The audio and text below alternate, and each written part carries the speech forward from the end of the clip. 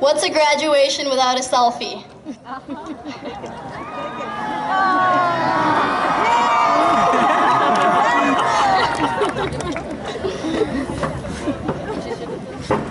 Good evening and welcome, everyone. I would like to begin by thanking the families who encouraged and nurtured the young men and women here before me.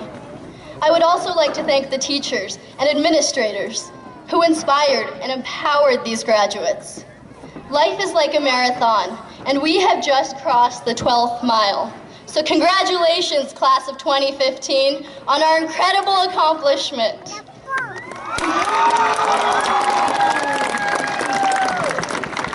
Let me start by telling you a little about myself. I was born in Bangalore, India, and immigrated to the United States with my family when I was just a baby. I have been blessed to grow up in this country and call it home. I am eager to give back to this country that has given me so much by serving as an Army officer after attending West Point. The world is changing like never before, and the society my peers and I will live in at the end of our lives will be like nothing our parents or grandparents can ever imagine. Our generation often gets criticized. We are characterized as self-absorbed and slaves to technology, and have been labeled the me generation. I disagree. By harnessing the internet and social media, our generation has been able to connect across national, cultural, and political barriers, allowing us the potential to be the most globally aware generation yet. Unfortunately, we will inherit a society far from ideal. Our country is plagued by close-minded, gridlocked politics, unaccustomed to compromise. Racism, homophobia, and gender inequality continue to be challenges faced by society. Even the planet that we are inheriting is polluted. It has been exploited for short-term rewards without regard to long-term consequences. Despite all of this, there is hope for the future, a hope that lies in all of us.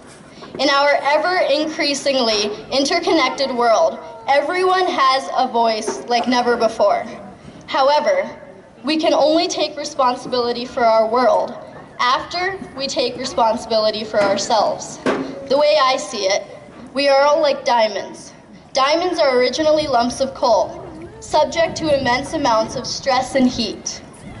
Similarly, the hardships that we will face can mold our character. Like diamonds, we have intrinsic value. We are all rough, we need to be cut, we need to be polished. That increases our value. There are many ways we can increase our own value, but at times, we need others to help sculpt us. They have to cut and polish us with precision. These people might be our mentors, our teachers, our parents, or our own friends. Just as diamonds sharpen each other, we can bring out the best in each other.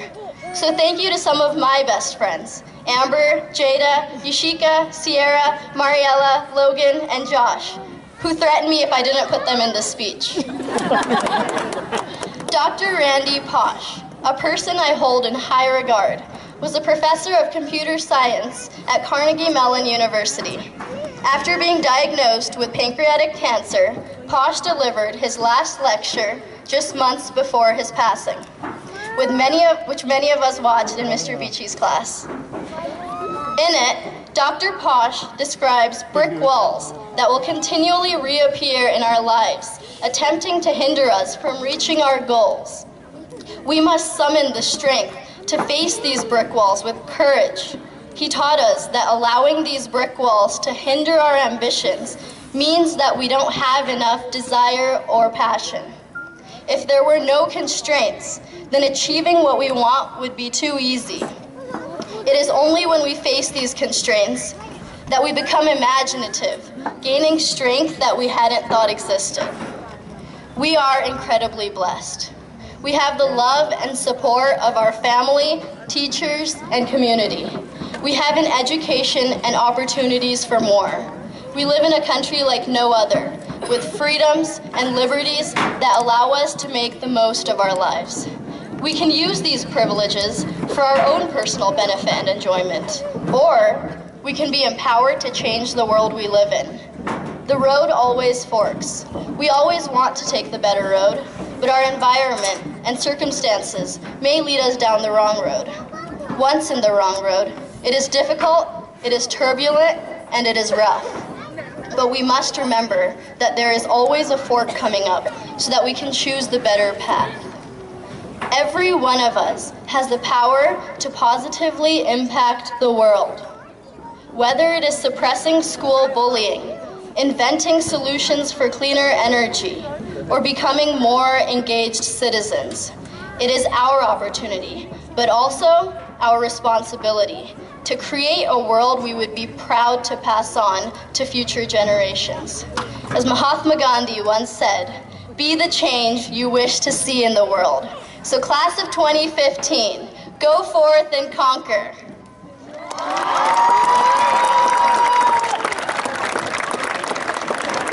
I'd like to introduce Veronique Sainz.